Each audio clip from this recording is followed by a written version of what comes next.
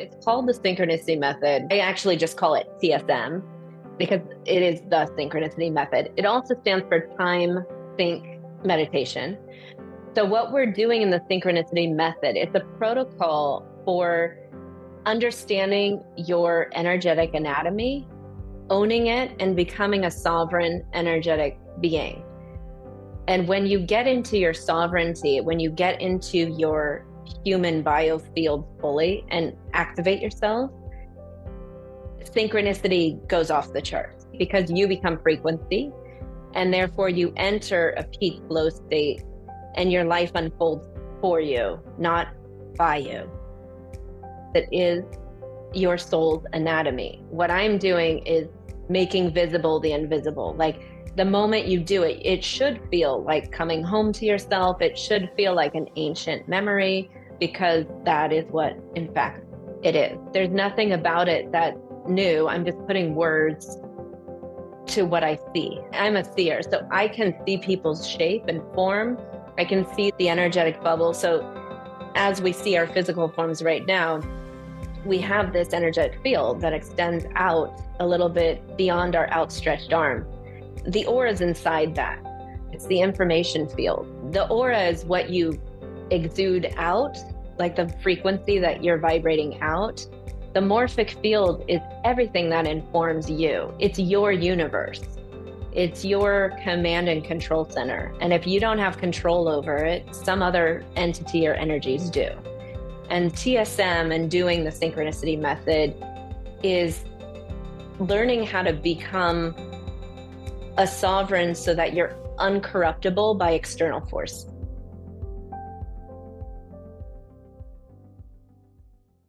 Great title for a podcast, Blessings. Thank you. Yes, I love it. What a great meditation. We are here to learn in the spirit of life. I'm all about believe. You're about spreading blessings. That's great. What about your blessings? What's the biggest blessing of life? What a great question. Because it's the Blessings podcast, I have to ask you, what is your biggest lesson in life? My biggest lesson in life. A whole lot of conversations with people about life and how those things manifest as blessings and lessons, and sometimes both. It's my connection. You're going to get schooled. The journey is the journey. What you and me are searching for are the blessings in this life. Remember the reality of how sweet people are. Spread blessings around the world. You are the most remarkable energy. You make me pause, make me excited, make me think, and make me spontaneously come up with an answer. This is another one of those great moments in time in my life. Thank you for reaching out to ask if I would do the show.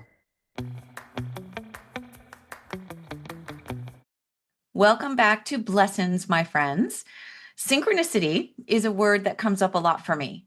Maybe you're here today because that is the case for you too. My guest today says synchronicity is the time code from which you can tap into the fabric of life unfolding before you, nudging you into a flow state. She developed her proprietary synchronicity method, which allows you to tap into your energy field to self-actualize and unlock the next version of the being that you are becoming. She is a leading transformational speaker, a leadership consultant, and a master mystic with nearly 30 years of experience. She's the author of Synchronicity, Unlock Your Divine Destiny, the founding director of Know the Self, a mystery school for modern day living. And we share a desire, she and I, to nurture the elevation of the collective consciousness. And I'm pleased to welcome Aeon Karris to the show. Thank you, Mitzi. It's lovely to be here. All right. So let's dive right in. I want to start with a quote from your book that will lead into my first question. Here's the quote. When you can fully accept the most horrendous truths about yourself, about the dark aspects of your personality, that is the moment that you flip to the other side and you can invite your darkness into the light. So my question is, when you see things that you dislike in others, is this revealing that darkness? And is this always an aspect of yourself that needs healing? I love that we're getting right into the shadow from the beginning. I know. Why did I want to do that? There's got to be a reason, right? I love it because I am definitely a shadow worker, and I feel like the shadow is the thing nobody really wants to talk about. I feel that in our culture, we either revel in the shadow and hide in it and allow it to run our lives, or we're in the light and like spiritual aspects and like pretending like it doesn't exist. And so many people get afraid of it and just want to sweep things under the rug and not really address these little, what I often talk about as parasites or parasitic thought forms that just hide in the background until they're triggered, until we see them. And so that's why sometimes in our family unit, we know our family members very different than we know community members, or how we treat people within the home is different than we treat people outside the home. And yeah, and I think when we see judgment is definitely an entry point into shadow work. I think really taking a good look, taking the microscope and the magnifying lens out when we notice our judgments, because the judgments are where things hide, cloaked in a superiority complex, right? And so once we have that judgment with the other, and it's not necessarily, it is not a perfect mirror. So it's not that easy, right? Otherwise we'd all evolve much faster. It's a little bit more mysterious than just what I'm judging in the other person is an aspect of me. Yes, but that aspect might be hiding a little bit more covertly and need a little bit more excavating to see what that mirroring is, because it could be a whole inner landscape, inner world. So for example, one of my judgments, I don't know, maybe I don't like when people are not considerate of others and like kind of step over other people to get what they want, or use people for their own gain. And now I could go around on my high horse saying, I'm so considerate and I think about everybody. And that might be true for the most part. But the mirror to that might be more covert, like, where am I doing that to myself? Where am I letting myself be a doormat to my own needs? Where have I forgotten myself? So it might be an inverse. So it's not tit for tat. Like, because that person is inconsiderate on the surface, I could be extremely considerate to everyone, but perhaps where the question might be then in the shadow work, where have you done that to yourself? Where are you allowing that to happen in the recesses of your self-talk, in the way that you, maybe for me, it's like I make people first instead of myself. Maybe I'm abandoning myself first. So that's where the mirror work in shadow work hides. It's not as explicit as we want to see it. And so some people scapegoat it being like, I don't do that. Yeah, it's tricky where it hides. That's such a great observation, because that is what I think when I hear that premise of what you notice in others that's bothering you is something that's a part of yourself that you have to take a look at. I am the first one to think, I don't do that. If I get annoyed with someone for, you said, being inconsiderate, I think something that bothers me might be people who are hypocritical or showing one face to the world. And I know there's a different aspect to them that I find that inauthenticity to be distasteful sometimes. And that's a judgment on my part. But instead of saying that I am inauthentic in the way I present myself to the world, I need to ask myself, how am I being inauthentic with myself on the inside? Yeah. Yeah. Okay. That's yeah. And so it's a different lens, and it takes it, then you can own the work. And so it might not, in that case, it just might be like getting a little more deeper into your conviction and where you might be lying to yourself, hiding something from yourself. And then it gives you the compassion for that person who's doing it so overtly. Because probably you are the solution to that problem. That's the other part of shadow work. We judge things that we have the solution for. Oh, is that always the case? So if you're judging something, that's a clue that you have the solution for it? It is. And it's a very big activator. So when I hear someone judging and pointing fingers, I like to help them realize that the power lies within them, because they're so upset and enraged and angry, because inside they actually have a piece of the the solution of that puzzle. So if they were allowing themselves expression to speak, and they could do it in a way that was emotionally regulated and it could be heard, it could actually solve the issue and it could be healed back into wholeness. And that's where I feel we break down, because we don't have spaces and nurturing systems typically that allow that to happen. It just becomes judgment, reaction, contraction, instead of, what if we stopped in the moment of reaction and triggers and just had people holding us, helping us excavate, okay, what just happened? Like, why do you think you felt like that? Or where, asking the right question that helped you see it. Like, where are you maybe being inauthentic with yourself? Are you telling yourself one thing and showing up in another way and nobody else knows? So on the surface, nobody would be able to see that. It is such a personal communication and observation. It can only be done on the inside. The outside could help hold mirrors and ask questions. And ideally, you would have all the right relations around you, like mother, father, grandparent, uncle, aunt, cousin, sister, niece, nephew, child, spouse, to reflect and hold the amount of love needed in order for you to see that and just self-correct and return to love. But unfortunately, we live in a reality where there's all the systems have broken. It's hard. Many of us don't have all those systems in place. So we have to then consciously create them for ourselves, because many people are expecting the government to hold that, or education to hold that, or your job and your work partners, your colleagues to hold that. But the truth is, it's for the family and the close-knit people. But our family systems are so broken that I feel that we've gotten to this point of total, like, what, trigger happy mania. And then this sense of entitlement that somehow the external world is supposed to fix all this for us. But sourcing our power. Yeah. But you're a lot of what you deal with is self-actualization. And I love the idea of self-actualization. I think is at the core of my work as well. And self-realization, which includes the spiritual aspect of it. So when you are talking about self-actualization, how do you know if you are moving forward or backward on this journey of getting to know the true self?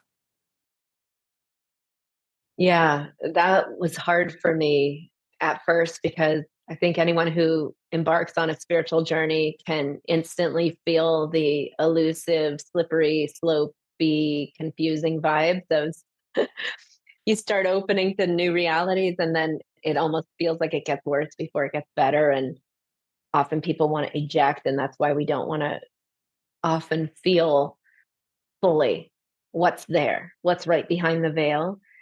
And so I've come to realize, and you probably saw the diagram I drew in the book, because I needed that so deeply as I was evolving quickly, and I needed a place to track myself. So it's for those of you who don't have the book, there's a diagram about these 4 stages of what we move through on our path to self-mastery. And as we start to do the excavation, it's all spiraling. It's not linear. And it feels like we're repeating patterns, and we are, but the difference is in the octave in which we're repeating it. So the pattern is the same, but what's different about the pattern? Is it less intense? Is there more solution? Is there more love this time? Is there a new perspective this time? Is there a new awareness? Now, all of us live in these cycles and patterns, and they're ingrained in our cellular code. It's in the akasha, it's in the biofield, it's in the signature of the soul, what patterns those are. And those are the codes in which we carry. For example, say someone, I know this is an extreme example that just popped into my head, but pedophilia, for example, super trigger, right? Nobody wants to talk about it. It's all over the place. It's in the news constantly now.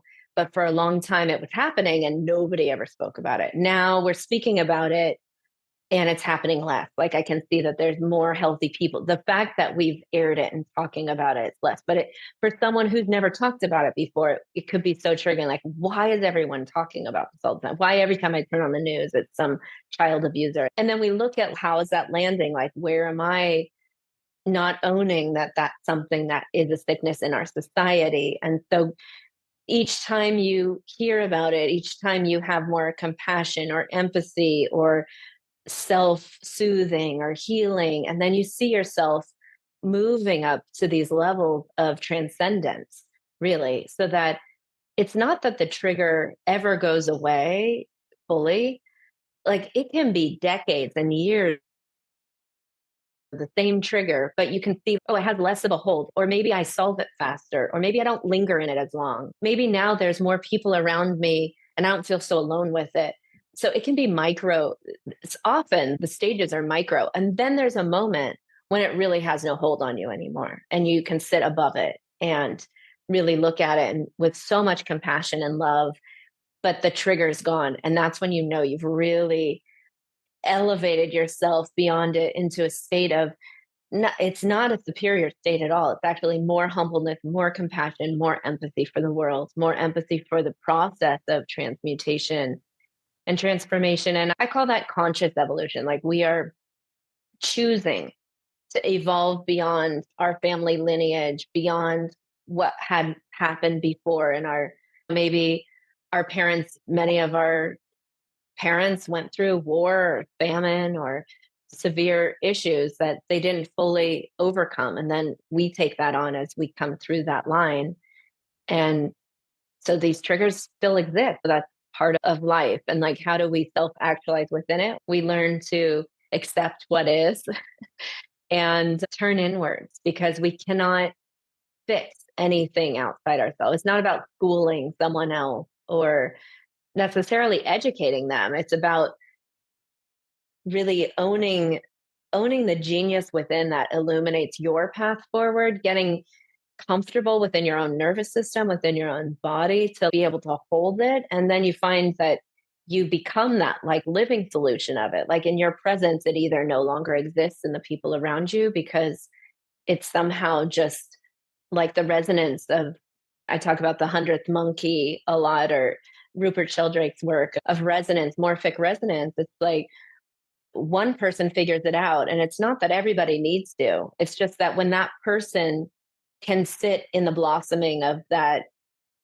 evolved experience or that evolved emotion, it suddenly becomes available to their community, to their family, and to all those who come in contact with them. And it makes it possible for healing. And I feel like we're reaching levels of quantum shifts right now of people coming into their healing, coming into their fullness, coming into the realization that we can heal the world from the inside out. And it's in these micro shifting and these moments of holding more capacity, holding more love, more luminosity, really.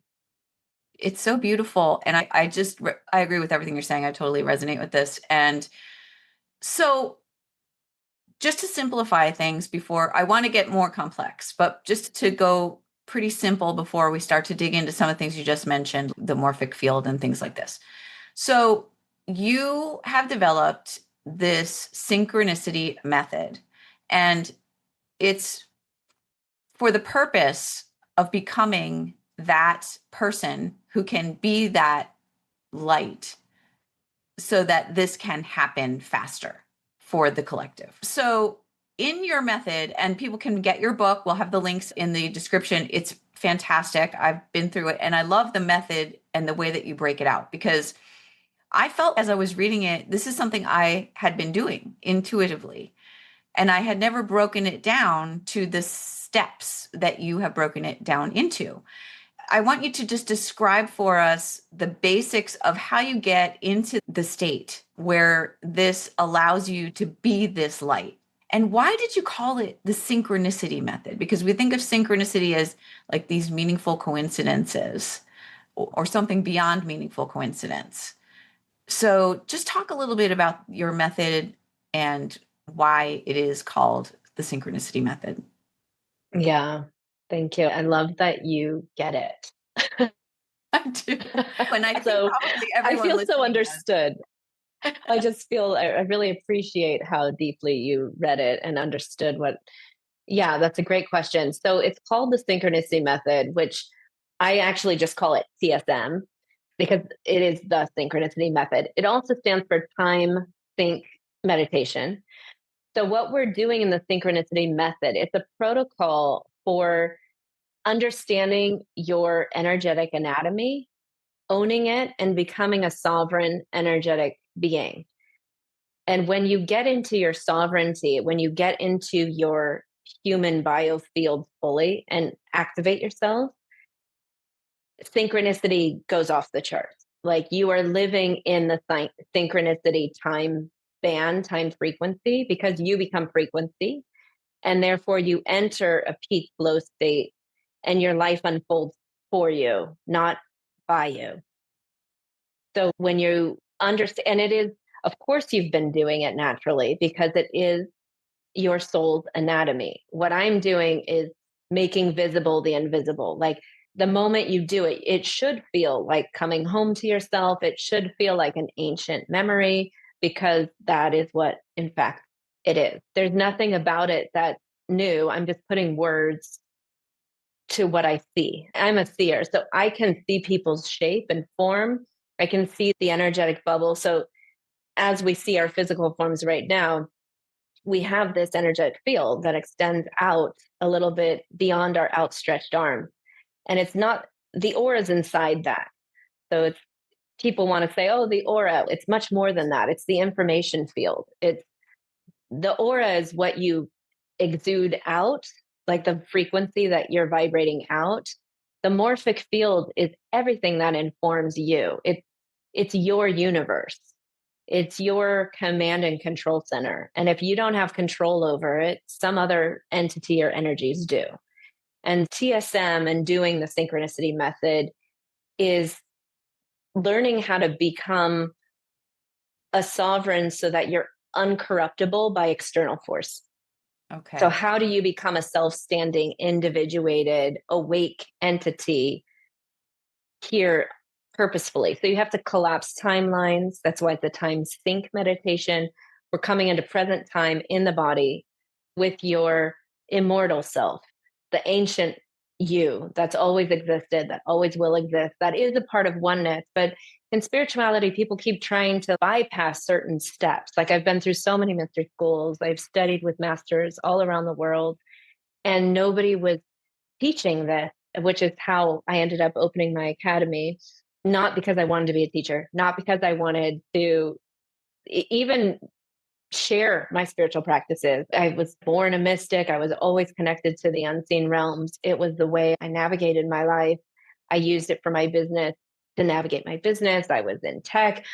No desire. I was not that person. Oh, I want to be a shaman. Not at all. In fact, I was so closeted about my spiritual beliefs until I really needed help. And I went to all these teachers, and no one could meet me. They couldn't co-vision with me in the realms in which I existed so clearly.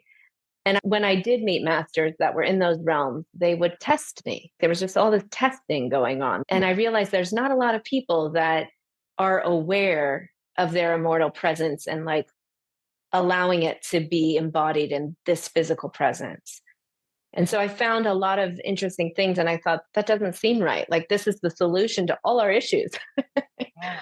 And so I started the school, and this is the 4th edition of the book. The first 3 editions don't have the synchronicity method defined, speaks to it and shares the practice, but not as a complete protocol. And after teaching it for 10 years, I realized my students weren't remembering it in its completion. Even some of my adept students, graduates, they're doing it, but they often don't forget they forget one of the steps, or they don't realize the importance of one of the steps. And we're always in this need for speed, right? Let's just get to the higher dimensions. Let's just astral travel. Let's be super psychic and read that. Let's use our energy like this. And so, no, that's not the point. The point is we need to open this bridge through ourselves, heal ourselves fully, show up in this luminosity and get there together. Like the point of understanding your immortal essence embodied in this form, suddenly, like, you wake up with new eyes. You really do. The first time it happened to me, it was a switch. And I've seen it now with people who do the method and can do it for 21 days. And if you haven't had an extraordinary result, or synchronicities aren't flying off the chart, from everyone who's told me they've done it seriously, the synchronicities are the first thing you notice as, oh my gosh, they're happening all the time, constantly. And it starts to get faster. And then you might stop for a while because you might feel like, whoa, this is too real. Suddenly the invisible is more real than this physical realm. But I feel we're at a time where we must understand who and what we are and why we're having this experience, and kind of wake up from the dream, because so many people are suffering. And it's, at this point, suffering is a choice. Like, it never feels like that. When you're in the pit of suffering, it does not feel like a choice. It feels like horror and fear and terror and deep grief and depression. I've been in all those places. But when you actualize your spiritual nature, you realize that you can shift octaves and you can recapitulate yourself.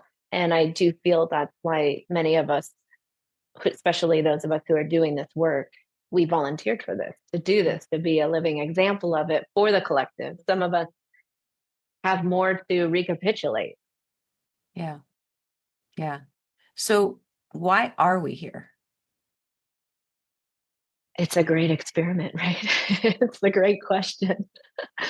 I think we can only answer that individually. I feel that I'm here for this massive shift in consciousness. And I think each one of us decided to come here at this time, but for what reason and what's your piece of the puzzle? And I do believe that everyone is an actor in the play, and you're the main actor of your own play. And when you activate your creator self and really doing TSM, the end protocol is you land in your field fully as your immortal presence, and you shine out, and you take dominion over your space, and you stop allowing other people. You start really understanding what's yours, what's not yours, what's within your control, what's not. And when you take up that space, life takes on a new hue. It takes on a different kind of meaning. You understand how your interaction affects others, what kind of impact you have, what kind of impact others have on you, that you start to understand your boundaries differently. You carry yourself differently, and you're more impactful. And then from there, for me, it has been like a directive, just a clear knowing that has come through. This is where I need to go. This is what I need to do. And it is not linear at all. And sometimes it really doesn't make sense. And sometimes, many times, other people look at me like, what are you, that's crazy. You're so brave. You're so wild. You're taking such a risk. And I can't always explain why I do what I'm doing. I just have a knowing. Like, I trust that, and myself, and that connection to that light more than anything else.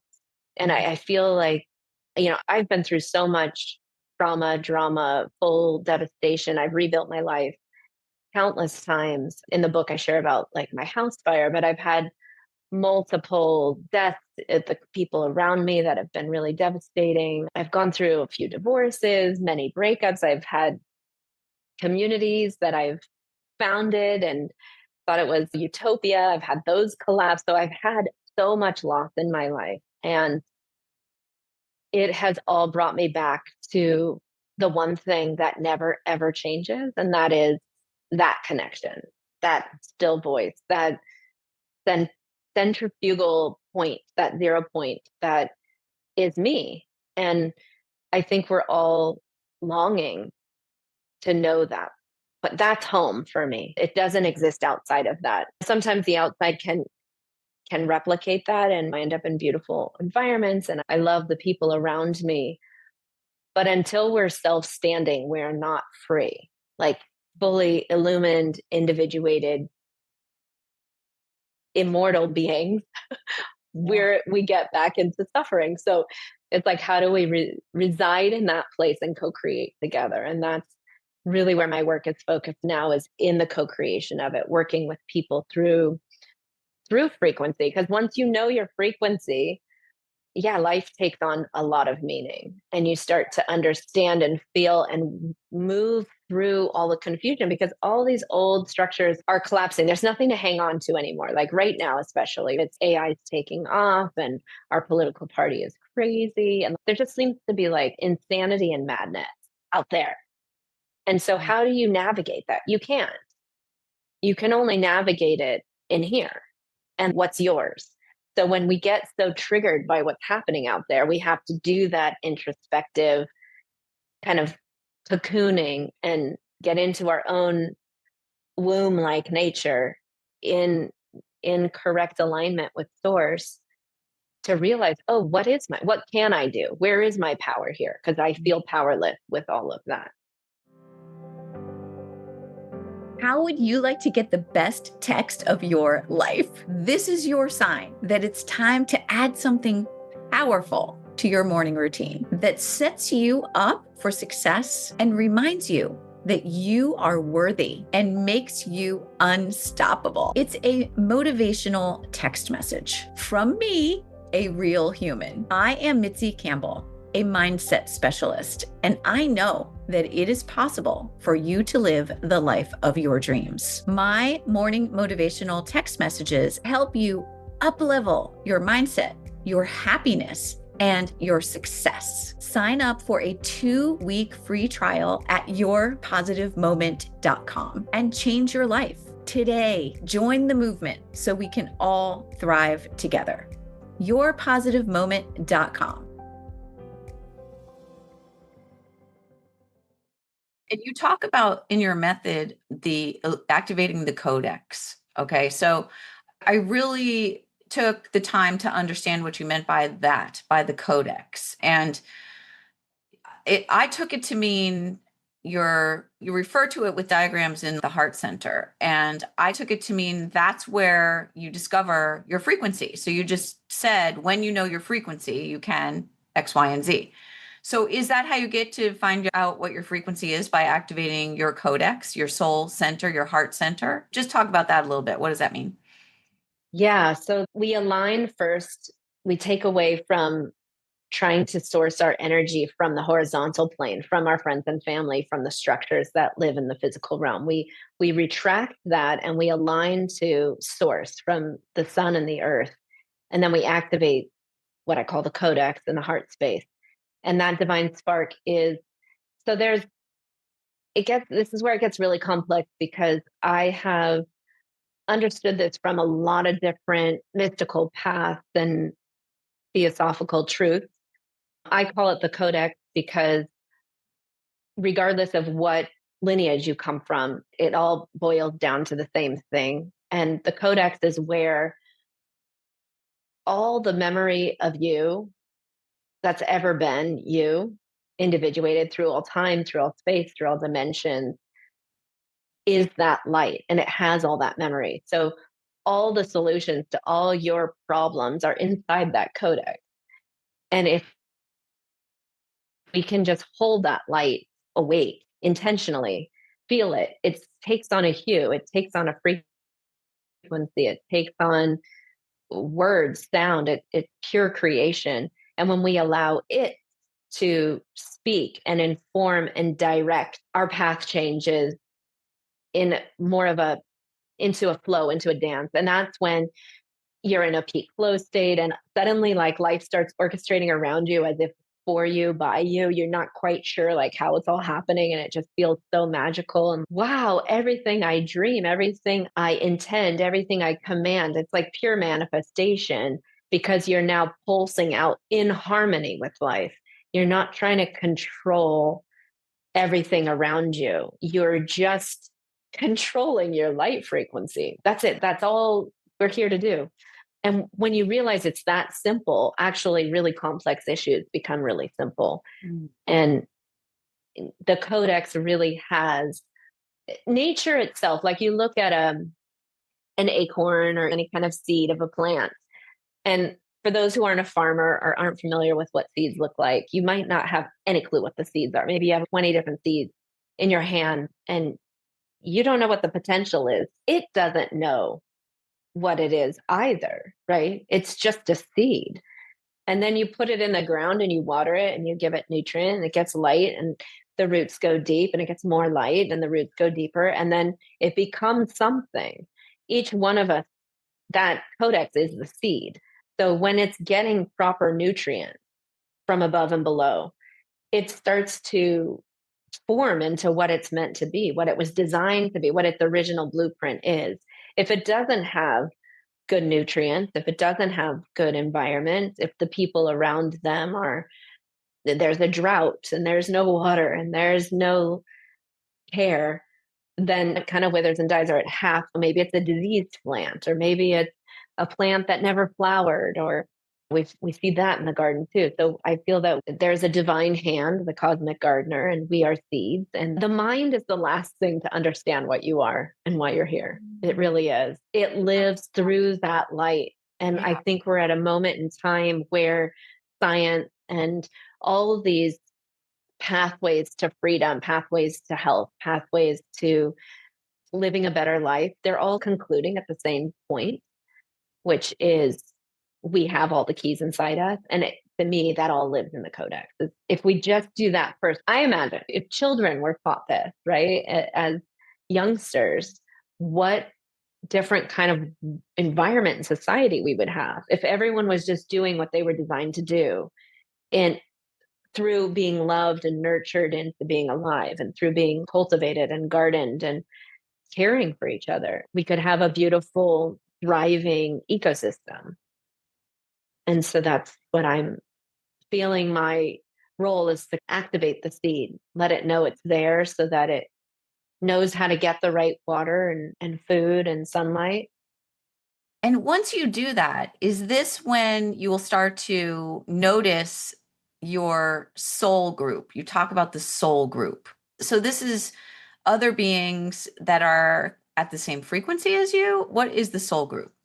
Or complementary. Okay. Okay. So it's like your companion plants in your garden, right? So some might be the mycelium network underneath. Some might be plants that are very similar to you. You might be planted in a place where it's a huge variety of gardens. But the idea is that you need your soul groups because they are with you through all time, space, and dimensions. And when we collapse time and realize that we exist in so many other dimensions than this one, science has deduced us to our physical body and our biological family and whatever status we hold in the material plane. That's what science has deduced us, and what government. And then we have religious orders who have only allowed us spiritual access through a priest, through a guru, through some controlled form of religious fervor, or even that creates an other. We're Catholics and we're Protestants and we're Jews and we're Arabs and Muslims and all these different Buddhists, but we're going beyond that. Like, where did we come from? What is our biological makeup and why are we here? Why are we sharing this planet? And so I feel that our cosmology is in a massive expansion mode. And when we look at what ancient mystics and sages and prophets have known throughout time, they've been saying it over and over again, but they are the minority. And even their work has had to live in hiding for thousands of years because it challenges that status quo. We don't want people to be that free and that self-sourced, because then we don't have commerce, or then it's wild that we're the only species that has to pay to exist. Right? We've created this false currency. We can't just exist like a wild animal, just exist in its natural habitat. It doesn't claim land. Yeah, sure, it has territories, it moves, and it's part of nature. There's a symbiosis there. We are not symbiotic. So finding your soul group returns you to symbiosis. It returns you to right relation.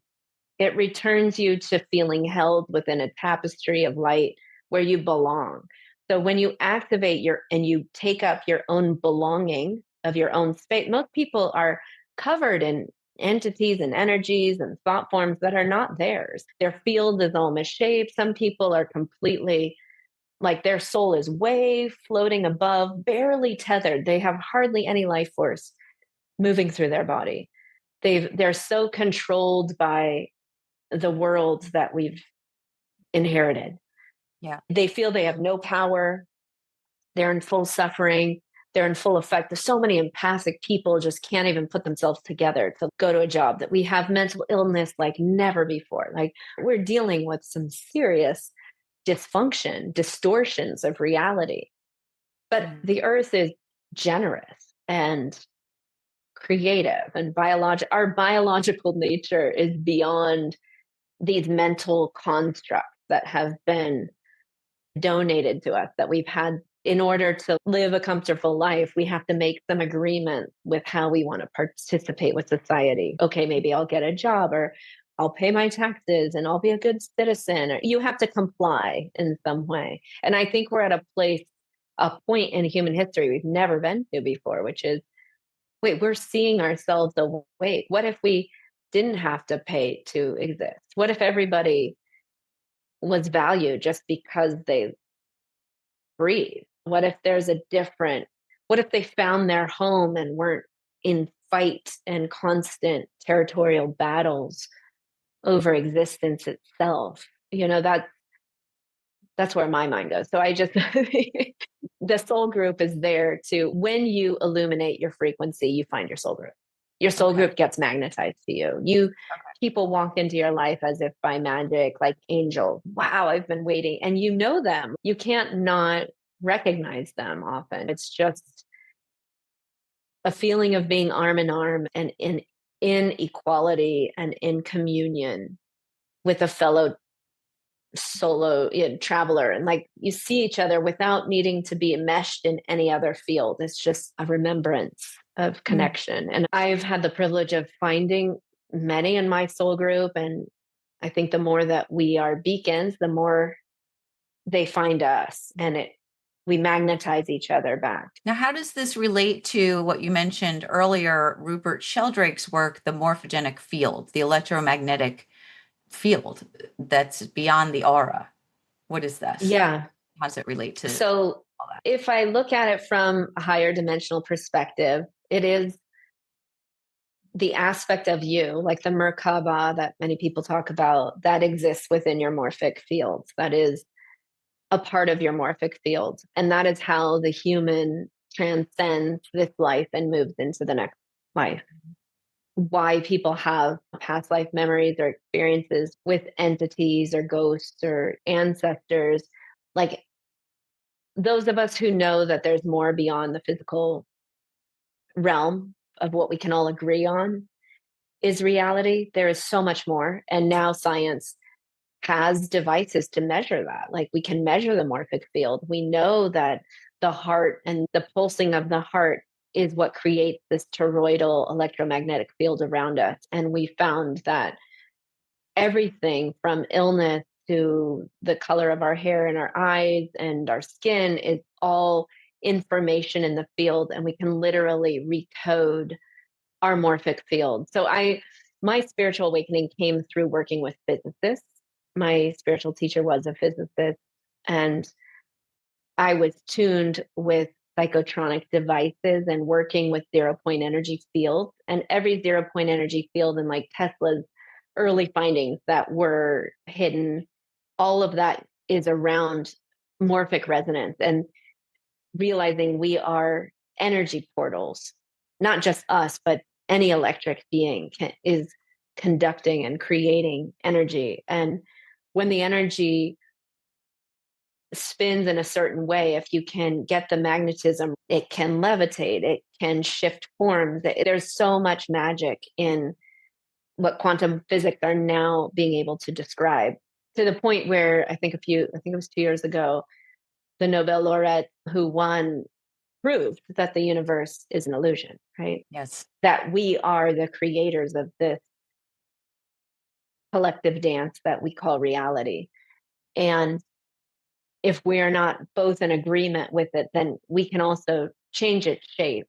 And so when we realize that we are these morphic fields and we learn to command and control them, because that's self-mastery to me, is when you are in the center of your own field and you understand how much information lives in your field and you learn how to communicate with your own field. That is like your own little spaceship that can traverse you through all dimensions of existence.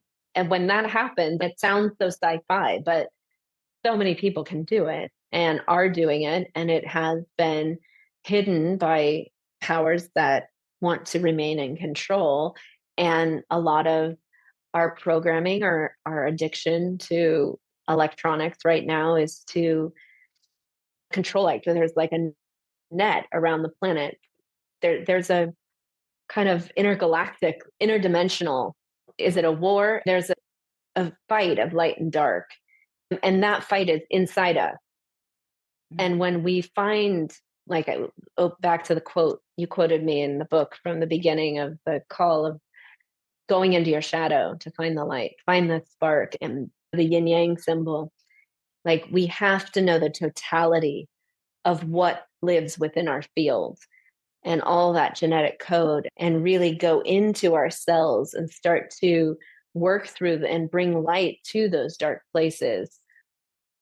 That's when we're able to really feel the morphic field, because suddenly you can have an experience in adds frequency and look in the mirror and not recognize yourself because something has illuminated within you or shifted. Many times people leave workshops and retreats or having done this for a period of time and they're like, I don't know who I am. And even their family members are like, you've changed so much, right? And they're trying to keep you the same and you're like blossoming and growing and you feel more alive than ever, more yourself than ever.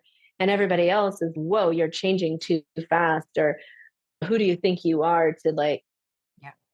But really, isn't that what we all are here to feel and need, is like permission to be you and to be loved as you and to give you the nurturance and nourishment so that you can discover your own field of existence. How do you regenerate and heal? Like all the codes of healing and knowing are right here, right within us, but we don't slow down enough. We've been distracted so much. We've lost our connection to the earth. We've lost our direct connection to spirit. So I feel we're at a time where this needs to change. Aren't we evolved enough to like look? And now with AI, we can ask the questions. We can have access to the libraries and understand the collective thought forms out there and maybe hopefully make a new choice. Oh, yeah. That would be great to have AI be a benevolent force in the world. Can you see my field? Can you describe it? I feel that you're well formed, like your field is formed well around you. You have great poise, you have great command over your emotional field, your intellectual field. There's 7 layers of your field that make up your consciousness. It's like the sheath, the Vedic sheaths around the body are part of that morphic field. And so, yeah, yours are very well formed. I see there's some, what I call some scaras or past, like little specks that are behind you and maybe on or mirrored. So I think it's your your right side lower. There's something there. It looks like it's probably ancestral, but it looks good. It's much better than most. Yeah, you're very well formed here, which most people are not. Most people, either they have zero field above them or it's all dented or torn up. You just have a few places where you could look, and once cleared, you would probably feel some power return. That's so interesting. There are a couple of other things I'm very curious about that you mentioned. Okay. And I'm just going to jump a little bit into a different topic. First of all, I want to ask you, you mentioned you have had paranormal encounters. Can you tell us about one of the most profound that you've had? Wow. I'm not sure I'm ready to tell the most profound, but The most profound that you're comfortable sharing. okay. Yeah. I just posted one of my stories that I hadn't shared before yesterday. So I'll go with that one because I'm still learning how I feel like it's finally time for me to share a lot of my life story, which I've kept private due to the fact that it hasn't felt safe to share, or when I have shared it, people aren't ready to hear it or whatever. It comes with the triggers and the projections. Sure. But back in 1993, I was in my early 20s. I had just gotten married to a guy who I had met traveling. We married mainly for papers and because we wanted to start a business together. And it wasn't like love at first sight or this deep romantic love, but something was happening. Like I was just following my intuition, instinct. I was young, looking for purpose in life. And for 6 months straight, I woke up exactly at 3:33 in the morning. I would see the alarm clock and I would sit up, like not because normally I'm a lazy person when I wake up. Like I want to linger in bed. I keep my eyes open for a long time before I jump up. But no, for 6 months, 3:33, I would find myself sitting up and then I'd see the clock. And then I would look out the window and there was a star on the horizon that was red and blinking just under the moon setting. But it was every day for 6 months, like boom. And it felt a program or source code. I couldn't explain what was happening to me. My husband would wake up and see me like that every single day and kind of get spooked. Like he would see the clock also. Oh my God, it's 3:33 again. Like, why is this happening? Are you setting an alarm? Like, how are you? No. And it felt, it felt loving. It felt like guidance. It felt like, truth be told, it felt like my future self, my star self talking to me and guiding me. The moment it stopped is when we opened one of the first web design companies in the world and our careers took off. And I had so much purpose and everything. I never had to like figure anything out ahead of time. It all happened for me. It was not a traditional path at all. I was sitting there taking community college courses and waitressing and working at the bank. And I was an intern at a magazine. I didn't know what I was trying everything. And then this coding happened and it just strengthened my connection. And there were a lot of other paranormal experiences that happened as a kid where I would look out the window a lot before I went to sleep and my stars would dance around and communicate with me. And I always felt there was a benevolent force out there in the stars that was guiding me. And it still happens to this day. So I feel very taken care of. I guess my spiritual connection never broke. And I think so many people, I've learned that a lot of people don't have that connection to a higher power or to something outside themselves that boggles the mind because there's no explanation for it. Okay, it's a synchronicity, it's a time code, it's a program, it's so many things, but I've looked back now so much and that moment completely changed my identity. It prepared me for everything I was about to become as an adult and it still guides me. Yeah. That's fascinating. And because we think of paranormal encounters as ghosts, but it's Oh yes, I've had lots of that too. oh, interesting. So Yeah. anything otherworldly, anything from a realm that we don't. Oh, when my father passed away, I watched his soul leave his body, and that was really strange. It looked like a jellyfish coming out the back of his head, flying up through the hospital room.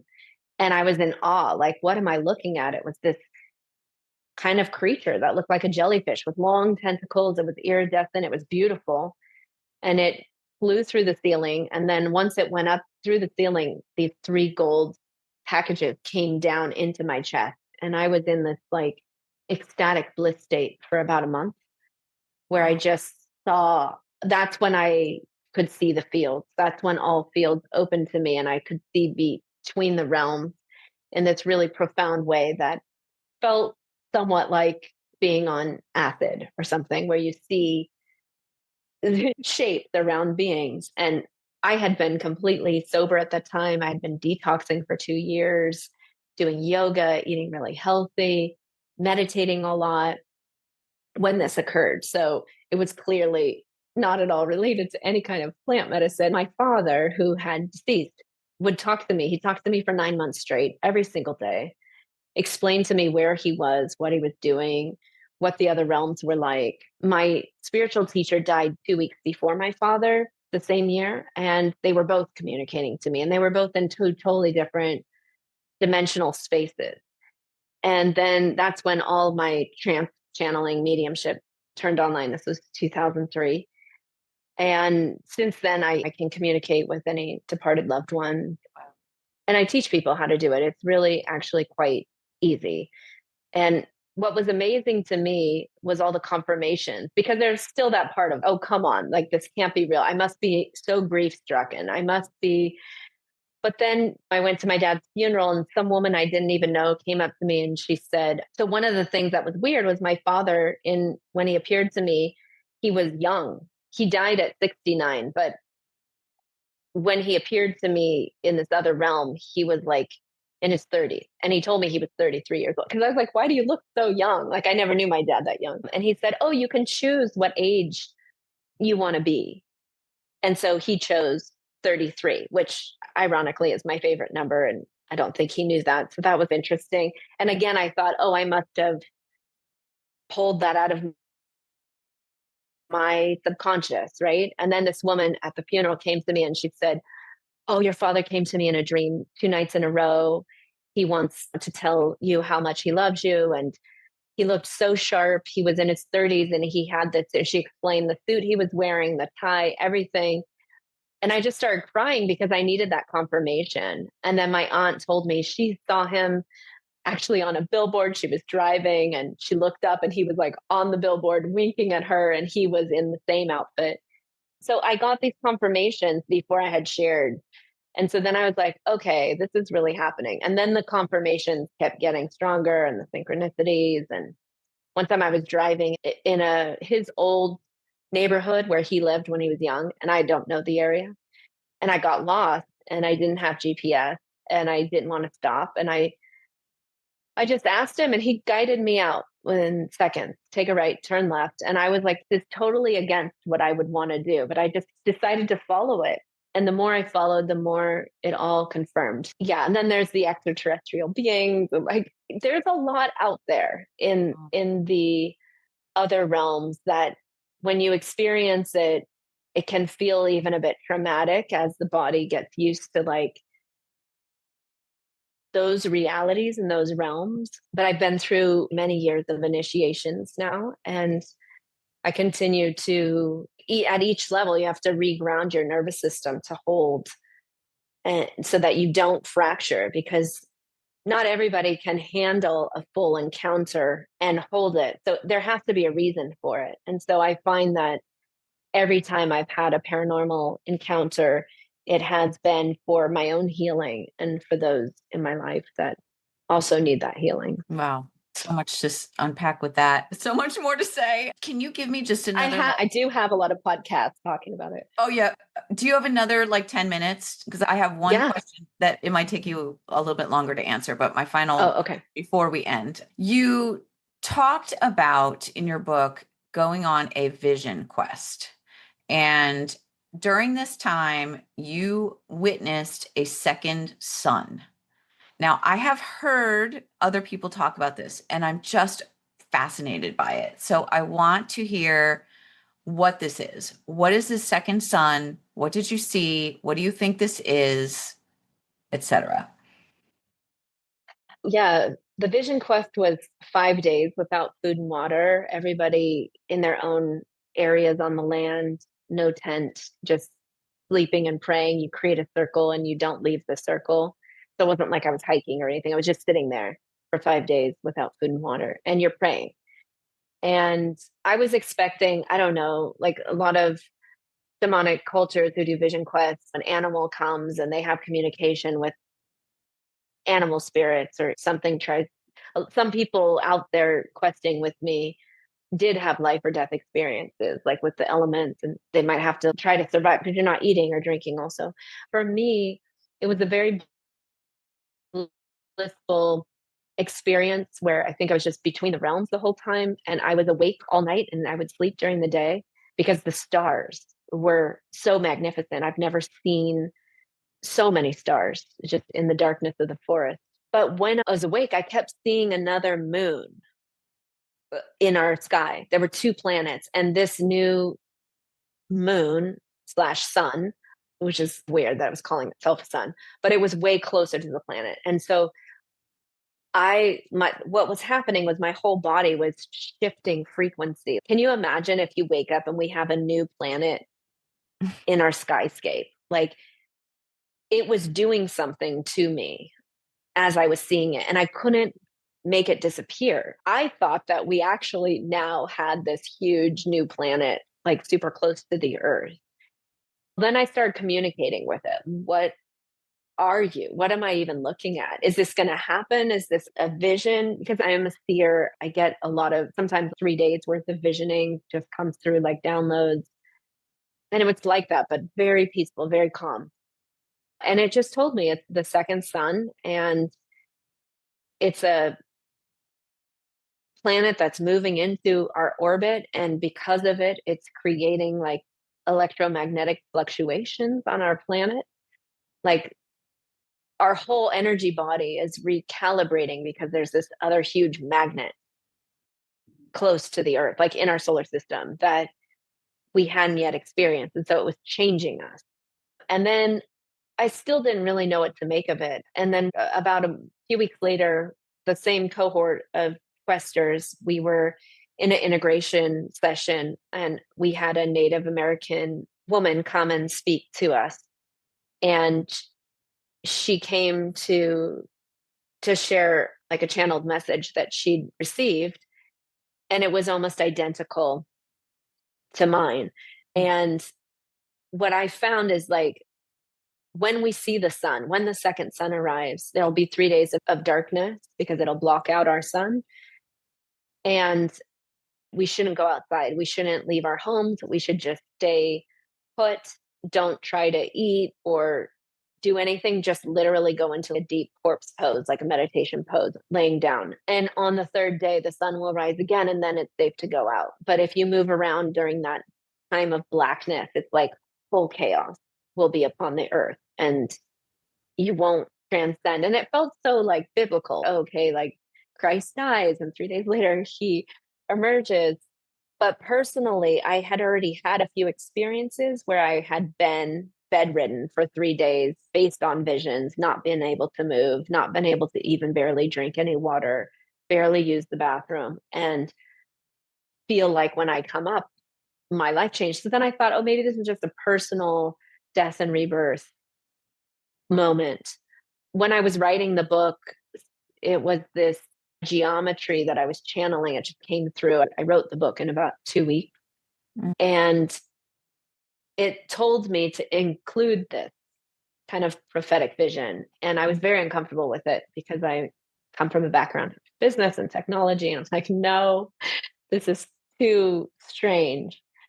But it was too important to ignore. It was like, let people know that there may be, whether it's a time in your personal life or a time when the collective reality goes into darkness and we lose contact with the sun, and to not panic and to not freak out and to just lie still and wait for the 3 days to pass. And on the third day, the sun will come back, and then it'll be safe to move about, and to have faith during that time, to just go into a deep sleep and allow the transition to happen. And I then found out through NASA and other astronomers that we do have Nibiru, planet X, that has entered our solar system, and they are, some people call it the second sun, many prophecies. And when the prophecy came to me, I just heard second sun. I could see it, I could feel it, I was experiencing it.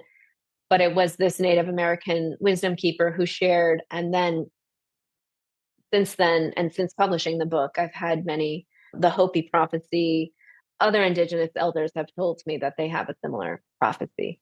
So there's something to it, and I just leave it to the reader's own interpretation of how that lands. Yeah. for you? I'm curious how it felt when you read that. It felt familiar.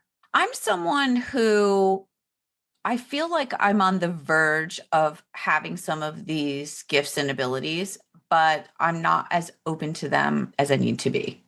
Interesting that you said you have to be able to hold that when you have an experience. And I've definitely had experiences and encounters with things that are otherworldly, metaphysical, and I haven't been afraid, but I don't have anything as deep as what you're experiencing. And I have a yearning for that in a way. So when I hear stories about that, I feel like it is a prophecy in a way, but is it literal or is it something about the inner self? I don't know, but it's just fascinating to me. I think it's really interesting. And I also Well, think I do think, literal, then we're prepared for it. That's great. yes, I do think it is happening on the outside and on the inside. So some people are having these experiences in deep meditation. I personally have had them both. I've had entities throw me across the room and other people witness it, you Wow. know. And that I had to learn to revere the power of this dimension because when I was young and studying the occult and magic and things like that, I guess somewhere I was grasping for power or wanting to control what felt like a very out of control experience of life, like being a young person in a dark world. And how do I survive? And so making light of it, like when I left the church, I left the teachings as well. Oh, come on, evil doesn't exist. And these things aren't real. Became like myth became imagination Mm. until it didn't, until it became so real and so tangible that all I can do now is really honor it and understand the realms because it's at this point I've had way too many experiences to doubt or we still need discernment. I'm not a very kind of light person. It's hard for me when people think that everything in the other realms is angels, unicorns, and butterflies, because that has not been my path at all. It's been really difficult and really terrifying. And I've had to kind of battle demons and darkness in those realms. And I've met angels. And even the angels, when I met them, were fierce and almost terrifying in their glory and splendor and sheer power. Ghosts, the first time I saw them, it was so spooky. It was just hard for me to shake because I was like a child kid that had passed. And it was just so uncomfortable until I learned to communicate and just get comfortable with, okay, this just is what it is. Like they're here. I obviously see them for a reason. Let me have a conversation. And being sovereign and learning how to hold my field was the differentiating factor between my nervous system being able to hold this realms and not, because without it, it can blast you into so many pieces. All kinds of entities can start trying to like spin you this way and that way. And we see that in the spiritual world. We see people looking very misguided, very ungrounded, very distorted in their views of reality. And there are laws and in each realm, and they are very defined. And finding ways to clearly navigate that space, I think, is important as we realize that we are so much more than human form. It's so fascinating. It's so fascinating. I just love it. I could talk to you for hours. But in order to land the plane for today, I want to ask you the two final questions. What's the biggest lesson and the biggest blessing of your life? Wow, big questions. I don't know if it's the one, but I'll just share what's coming through right now. I guess the biggest lesson for me has been probably patience. And with patience comes a lot of compassion for myself and for others and for the human experience. Like just being kind about how messy and uncomfortable evolution is and how we're all, and not all of us, but many of us are really trying to do our best. And I think at the end of the day, we are. So that's been a self and other lesson that I've had to learn over and over again. The biggest blessing for me is those who choose frequency first and have sat with me as frequency and show me their light and resonate with me, or just resonate on their own. It doesn't have to be with me. But when I can find someone else who's resonating as light and holding their light, embodying their true form, there's nothing better. It's just, I feel like, oh, I'm complete. It's such a gift. It is such a gift. Yeah. And learning how to do this together, how we can walk each other home. This is a blessing. Yeah. And being here with you right now, Mitzi, thank you for your questions and for how deeply you read my book. Wow. Yes, I did. I read it. I have notes all through the book. It's such a gift that you really got it. Yeah, I thought it was fantastic. And it's interesting because when you're reading your book, it is very deep, and certain things I didn't bring up that are very deep that I'm very curious about as well, like the monads, for example, where people can go and read your book to find out what that is. And it's pretty interesting to just be able to let go of the external world and really tap into it, because it's something that I'm very aware of. I'm caught in the weeds just like everyone else. And so your book gave me the opportunity to get out of the weeds and really just recenter and refocus. And because I always feel like when I'm meditating, it's not meditation, it's something more than meditation. And your method is really what I'm doing when I'm meditating. I'm doing something else. I'm not just meditating. Meditating is just doesn't come close. Yeah.